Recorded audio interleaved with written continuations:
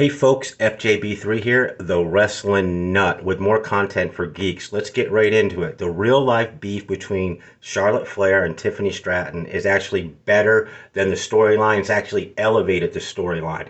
A lot of people took away from this SmackDown that this was a crash fest, a cringe episode to watch in the ring, and it was hard to watch. But let me tell you, folks, from a wrestling nut, from a wrestling geek, this is really helping this feud because these two women do not like each other at all.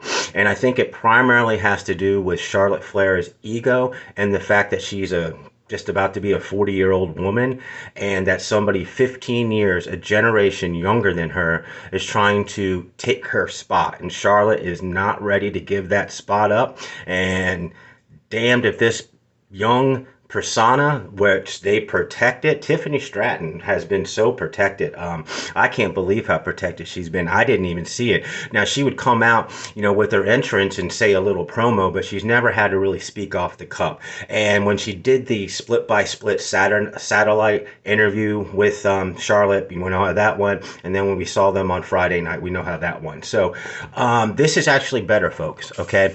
If Charlotte is beefing off of the WWE trying to replace her with somebody who is not even close to her caliber, that's the story. And it's real life too. Let's just recap the interview real quick. I mean, Tiffany comes out and she looks way in over her head. She actually looks nervous to a wrestling nut, wrestling geek. She plays with her hair way too much. Flair says off the get-go, you want a moment and I'm happy to oblige. And between, the world speaking, there is no comparison between you and me. Tiffany saying that, she'll always be second to daddy and stuff. That's not going to hit home for Charlotte Flair. All right, there's a men's and women's division. And a lot of people considered Charlotte the greatest in the women's division. Nothing to do with her dad, just the work she put in. That's a discussion for another day. Okay, but bringing up a Nepo baby when Charlotte's going to eat that shit and love that shit and breathe off of that shit and saying, no, I'm a Nepo queen, darling. Tiffany just is so exposed here. Okay, but you can see that she knew she was, so Tiffany had to dig into her 3-0, 0-3 records on marriage. A little quip put in there that really pissed off Charlotte, and that's why she rolled out of the ring.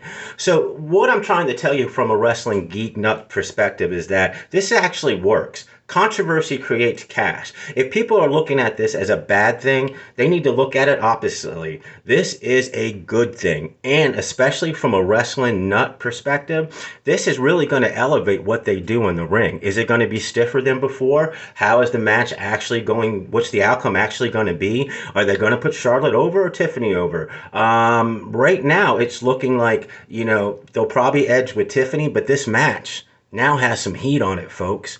So like, subscribe, please. I do this for the love of the game.